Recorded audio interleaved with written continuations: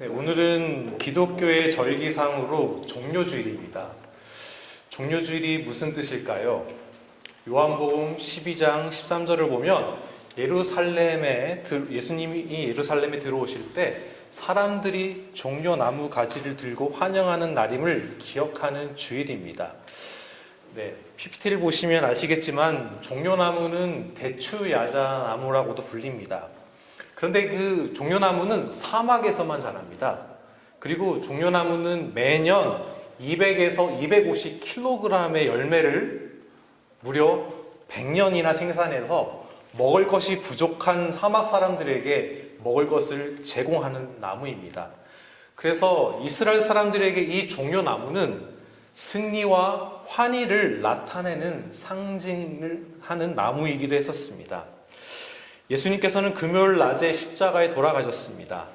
예수님께서 십자가에 돌아가시기 5일 전인 일요일, 곧 오늘을 말씀하는 겁니다. 예수님께서는 예루살렘에 들어오셨습니다. 그래서 예루살렘에 입성하는 날을 기념하는 주일을 기독교에서는 종려주일로 지키는 것입니다.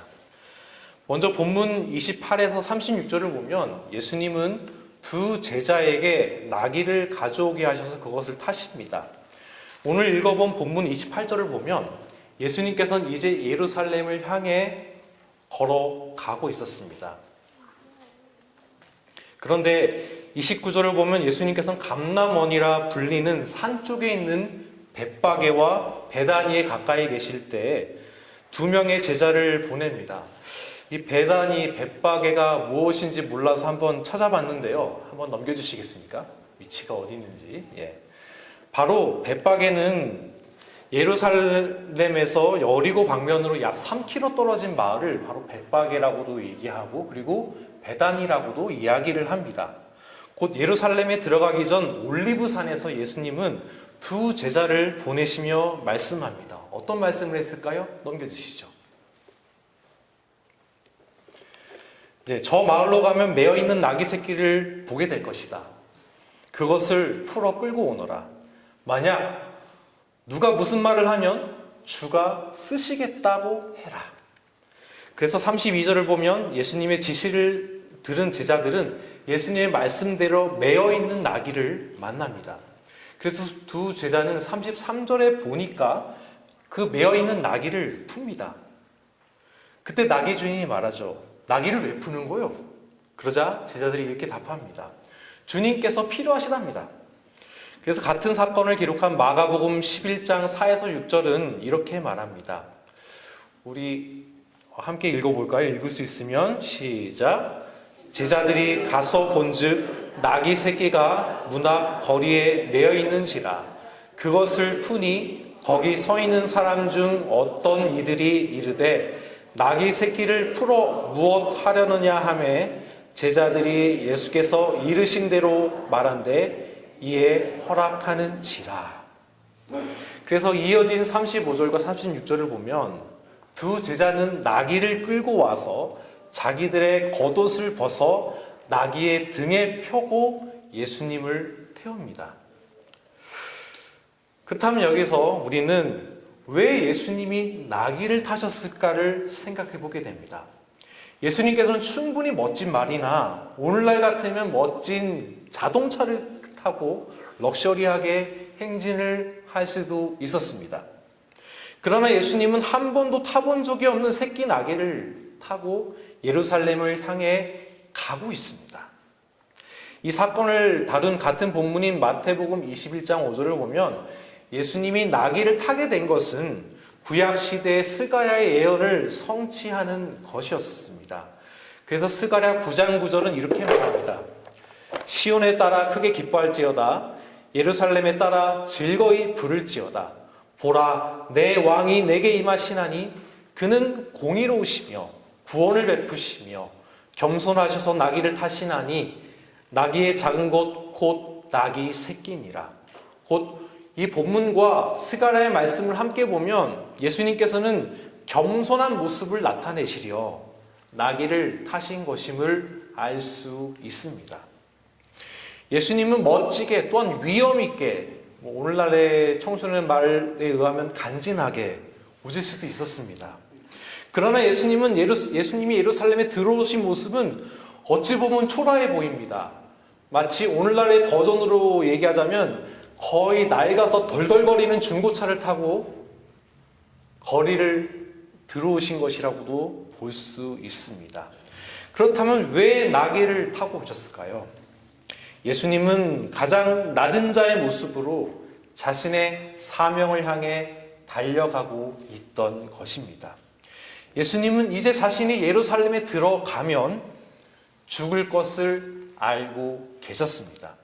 그러나 예수님은 하나님의 뜻에 순종하기 위해서 모든 사람의 죗값을 대신 지불하기 위해서, 대신 페이를 내기 위해서 가기 싫으셨지만 나귀를 타고 겸손한 모습으로 예루살렘을 향해 가셨습니다. 위험 있는 모습이 아닌 겸손한 모습으로 예수님은 예루살렘을 향해 달려갔던 것입니다. 겸손함으로 걸었던 그 길이 많은 사람을 살리는 발걸음이 되었습니다. 그래서 우리가 기억할 첫 번째 사실은 예수님은 사람을 살리러 겸손의 길을 가셨습니다.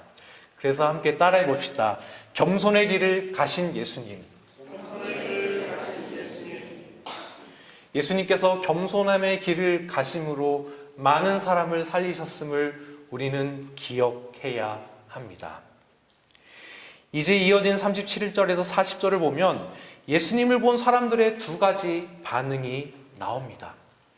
이제 37절과 38절을 보면 예수님은 감람산 내리막길에서 내려오셔서 예루살렘에 들어오자 사람들은 예수님을 보며 찬양하기 시작했었습니다. 그런데 사람들이 왜 예수님을 찬양했을까요? 예수님 사생팬이 아니었었습니다. 이 사람들은 이미 유월절을 지키기 위해서 예루살렘에 모여들었던 사람이었습니다. 그렇다면 여러분, 유월절이 무엇일까요? 유월절. 이 유월절은 유대인들이 모세를 통해 조상들을 죽음에서 보호해 주시고 애굽의 노예 생활에서 자유롭게 하신 날을 기념하는 날이었습니다. 애굽 왕이 하나님께 순종하지 않자 이스라엘 백성들과 그 애굽 땅에게 어떤 일들이 일어납니까? 무려 10가지의 재앙이 일어났었습니다. 그리고 애굽 왕이 하나님께 끝까지 순종하지 않고 그리고 마지막까지도 불순종하다 하나님께서는 애굽의 모든 가족 중에서 첫 번째 태어난 것들을 다 죽게 만드십니다. 하지만 하나님께서는 이스라엘 백성들에게 죽음을 면할 방법을 마련하셨습니다. 그것은 양의 피를 문 옆에, 문 위에 바르는 것이었습니다. 그래서 출애굽기 12장 13절과 14절은 이렇게 말합니다. 함께 읽어볼까요? 시작. 내가 피를 볼 때 너희를 넘어가리니 너희는 이날을 기념하여 여호와의 절기를 삼아 영원한 규례로 대대로 지킬지니라. 하나님께서는 피를 보면 지나쳐 갈 것이다라고 말씀하셨습니다. 그것에 의해서 패스오버, 유월절의 영어 이름이 그렇게 지어진 것도 그 유래라고 말씀드릴 수가 있습니다. 그날 밤 많은 사람들은 죽어 나갔었습니다. 그러나 이스라엘 백성들은 문 옆과 문 위에 피를 발랐기 때문에 하나님께서는 그들의 목숨을 살려주셨습니다. 그리고 그 하나님의 선하심과 보호하심을 기념하기 위해서 이스라엘 백성들이 예루살렘에 모여 들었다는 것입니다. 그래서 매년 많은 무리들은 예루살렘에 모여 들었습니다. 예수님이 나귀 새끼를 타고 예루살렘으로 들어서자 사람들은 예수님을 찬양하며 외칩니다. 주님의 이름으로 오시는 왕에게 복이 있다. 하늘에는 평화, 가장 높은 곳에서는 영광. 사람들은 예수님께 영광을 돌립니다. 이 같은 사건을 기록한 예루살렘 하나님을 찬양하는 소리들이 다 달라서 제가 한번 적어봤었습니다. 다음 본문을 넘겨주시면 마태복음 21장 9절을 보면 사람들은 다윗의 아들 호산나, 주님의 이름으로 오시는 분이 복되도다. 높은 곳에서 호산나라고 외쳤습니다. 같은 사건을 기록한 마가복음 9장 11장 9절과 10절을 보면 사람들은 호산나, 주님의 이름으로 오시는 이가 복이 있다. 다가오는 우리 조상 다윗의 나라가 복이 있다. 가장 높은 곳에서 호산나라고 외쳤습니다. 같은 사건을 기록한 요한복음 12장 13절을 보면 사람들은 호산나 찬송하리로다. 주님의 이름으로 오시는 자에게 복이 있을 것이다. 이스라엘 왕에게 복이 있을 것이다 라고 말을 했었습니다. 사람들은 예수님을 왕으로 인정하고 찬양합니다. 예수님께서 이 땅에 오심으로 하늘엔 평화가 오고 가장 높은 곳에서는 영광이라고 외치고 있었습니다. 사람들은 예수님께 그 순간만이라도 적어도 영광을 돌리고 있었습니다. 그러나 39절과 40절을 보면 바리새인들의 비난과 예수님의 대답이 나옵니다. 그 다음 PPT를 넘겨주십시오. 선생님, 제자들을 혼내십시오라고 바리새인들은 강력하게 항의했었습니다. 그러자 예수님께서는 대답합니다. 내가 너희에게 말한다. 이 사람들이 잠잠하면 돌들이 소리 지를 것이다. 곧 이 말은 사람들이 잠잠히 가만히 있으면 돌들이라도 가만히 있지 않을 것이라고 말합니다. 우리가 37절과 40에서 40절을 통해서 우리는 예수님의 오심에 대한 두 가지 반응을 볼 수 있었습니다.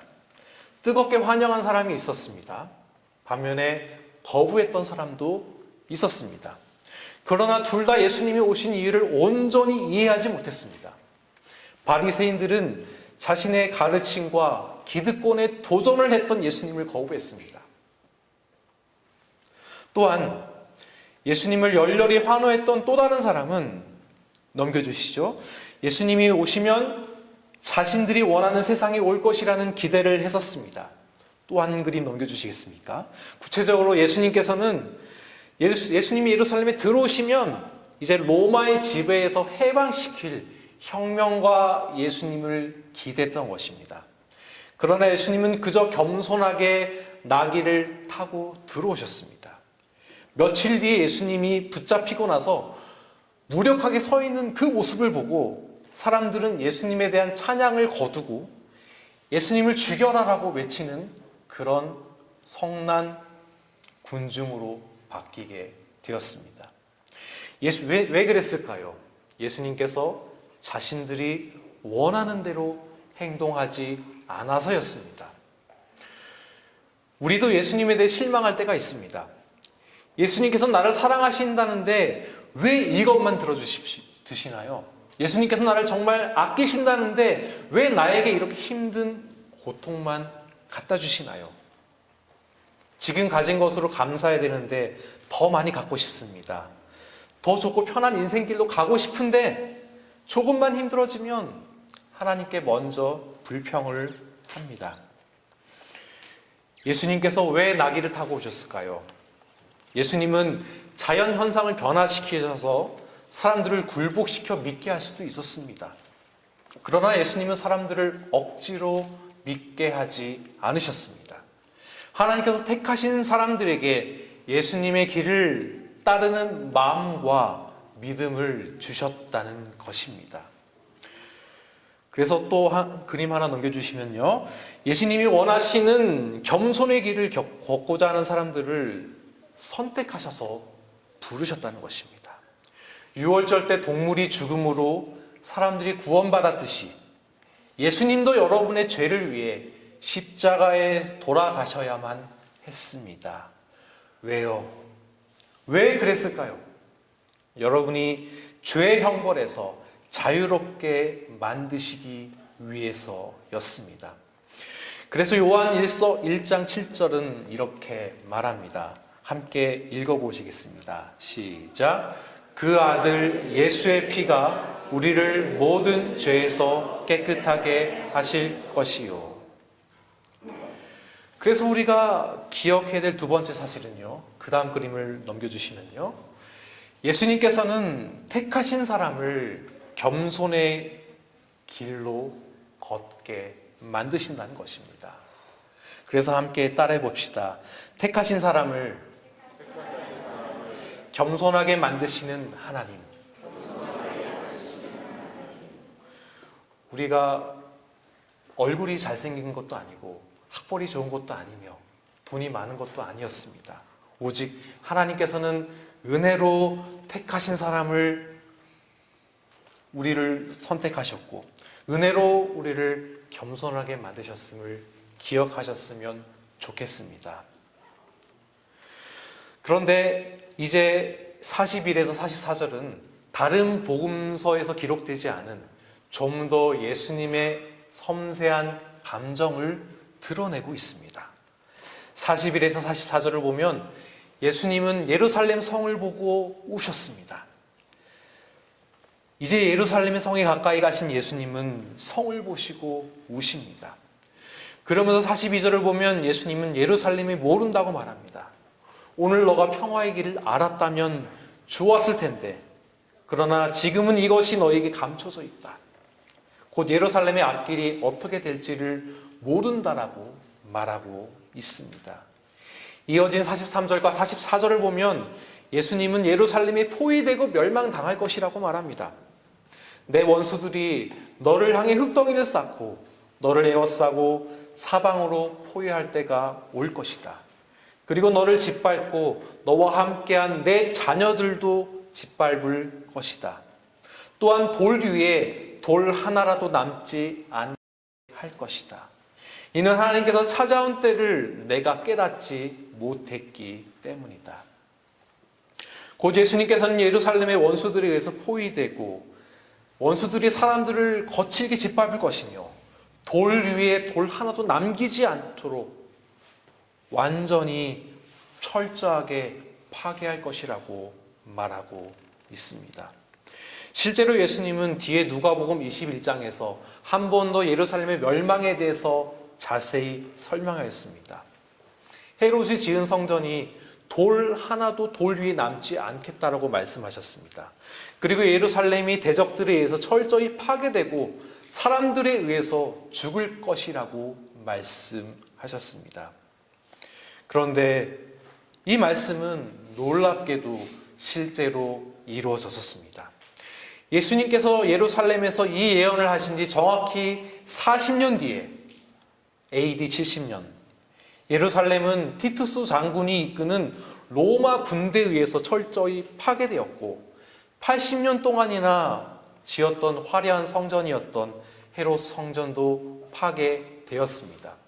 또한 헤롯 성전이 파괴되었을 때 한 가지 전승이 있었다면 헤롯 성전 벽 안에는 금이 감춰졌을 것이라는 그 유언비어가 있었기 때문에 로마 군인들은 벽 하나도 남김없이 철저하게 파괴했던 그런 전승이 또한 전해지고 있었습니다. 많은 사람들이 죽었습니다. 그리고 예루살렘의 파괴로 유대인들은 1948년 나라를 회복할 때까지 긴 세월 동안 흩어져 지내서 디아스포라 유대인이 되었다는 것입니다. 예수님께서는 예루살렘 사람들을 사랑하셨습니다.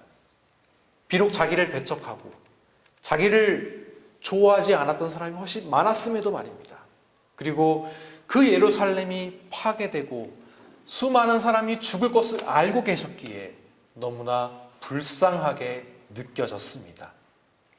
예루살렘 사람 중에서는 자신을 구세주로 믿는 사람이 분명히 없었습니다.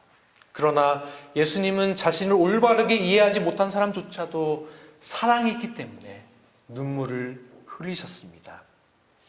우리는 주변의 안타까운 소식이 들릴 때마다 마음이 아프고 불쌍하게 생각합니다. 그러나 우리가 미워하는 사람이나 집단이 안타까운 일을 당할 때는 속으로 잘 됐네 라고 말하거나 기뻐하기까지 합니다. 그러나 예수님은 남한 사람을 사랑하신 것처럼 북한 사람도 사랑하십니다. 한국 사람을 사랑하신 것처럼 일본 사람도 사랑하십니다. 예수님은 이처럼 모든 사람을 품으며 사랑하셨고 그 사랑 때문에 십자가의 길을 걸으실 수 있었습니다. 세상에 안타깝고 슬픈 일들이 뉴스로 들려질 때마다 성령 하나님도 그것을 안타깝게 여기십니다. 요즘엔 하도 슬픈 소식이 많이 들리다 보니까 우리의 마음도 많이 무뎌지기도 합니다. 그러나 세상의 슬픈 뉴스들을 들 때마다, 주변에 안타까운 일들이 일어날 때마다 그 예수님의 불쌍히 여김의 마음을 조금이나마 공감하시고 느껴봤으면 좋겠습니다. 그래서 우리가 기억할 세 번째 사실은, 예수님은 예루살렘 사람들을 사랑하셨습니다. 그래서 함께 따라해 봅시다. 모든 사람을 사랑하신 예수님. 하나님께서는 착한 사람만 사랑한 것이 아니라 나쁘고 흉악하고 없어져야 한다고 생각하는 그런 사람들까지도 품으시며 사랑하셨음을 기억하셨으면 좋겠습니다. 이제 말씀을 정리하겠습니다. 예수님은 사람을 살리러 겸손의 길을 걸으셨습니다. 예수님은 택하신 사람을 겸손의 길을 걷게 만드십니다. 예수님은 모든 사람을 또한 사랑하셨습니다. 잠시 우리가 예수님께서 무엇을 향해 달려가셨는지 돌이켜 봤으면 좋겠습니다. 우리 예수님은 충분히 왕으로 위엄 있는